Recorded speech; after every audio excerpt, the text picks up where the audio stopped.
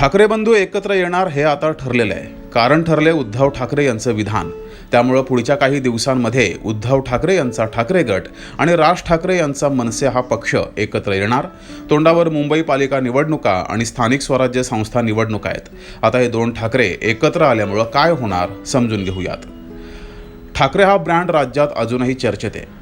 या आडनावाबद्दल राज्यात सामान्य जनतेमध्ये अजूनही प्रेम, आस्था आणि विश्वास आहे. त्यात शिवसेना फुटीनंतर ठाकरे गट विधानसभेच्या निकालानंतर 20 आमदारांवर येऊन थांबलाय. अर्थात विधानसभा निवडणुकीचे निकाल किती वास्तववादी होते यावर अजूनही अनेकांना शंका आहे.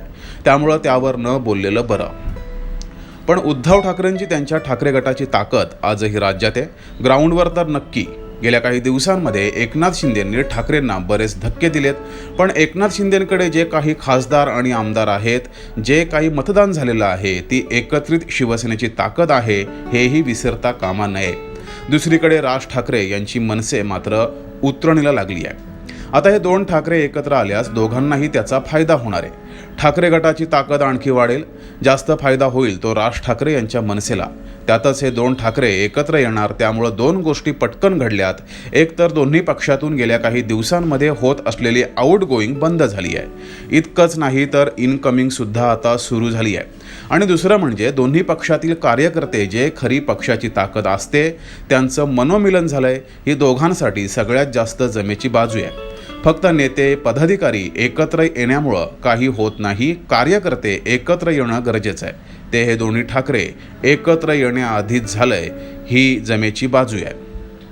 आता वळूया महत्त्वाच्या प्रश्नाकडे. दोघांकडे दोन वेगवेगळी ताकद आहे. राज ठाकरेंकडे सभा गाजवण्याची क्षमता आहे आणि उद्धव ठाकरे यांच्याकडे नेतृत्व गुण. हे कॉम्बिनेशन जर नीट बसलं तर या दोघांना रोखणं भल्या भल्यांना कठीण होईल, भाजपाला सुद्धा.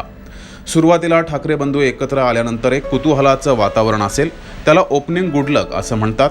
एक भारलेलं वातावरण असेल. त्याचं परिवर्तन दोन्ही ठाकरेंना यशामध्ये करावं लागेल. यश मिळत गेलं तर मात्र हा प्रयोग यशस्वी होईल. यशासाठी मात्र दोन्ही ठाकरेंना कष्ट घ्यावे लागतील.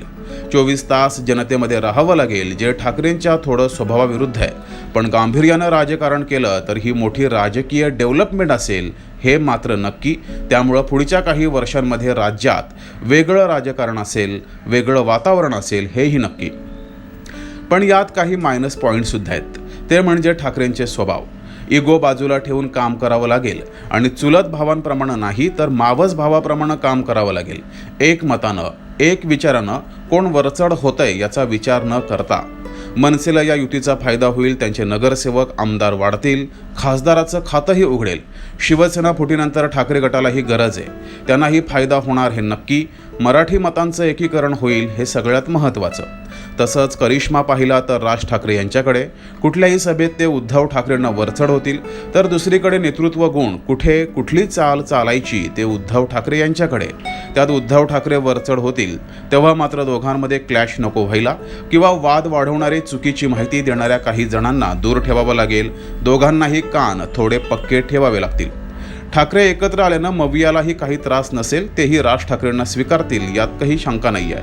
पण सध्या जे वातावरण निर्माण झालंय, राजकीय वातावरणात एक उत्सुकता आहे. ती दोन्ही ठाकरेंना एकत्र आल्यानं टिकवता आली पाहिजे. अर्थात ठाकरे आडनावातच तो करिश्मा आहे, त्यामुळे तो टिकेल. पण तो करिश्मा आणखी वाढवायचा असेल तर दोन्ही ठाकरेंना राजकीय यश मिळवावं लागेल. आणि ते गुपित दडलंय दोनच गोष्टींमध्ये. एक तर दोन्ही ठाकरेंना एक मत कायम ठेवावं लागेल. यश मिळो अथवा अपयश, थोडा संयम ठेवावा लागेल. आणि दुसरं महत्त्वाचं, जनतेमध्ये जाऊन काम करावं लागेल. त्यांच्याकडे आदित्य ठाकरे आणि अमित ठाकरेंच्या नावानं तरुण रक्त आहे. त्यांना आणखी तयार करावं लागेल. शेवटी काय, राजकीय हवा तयार झाली आहे. अनेकांच्या पायाखालची वाळूसुद्धा सरकली आहे. हे वातावरण टिकवावं लागेल आणि काही वर्ष तरी एकत्र राहावं लागेल. तुम्हाला काय वाटतंय? कमेंट बॉक्समध्ये कळवा आणि बघत राहा डी द डिस्कवर.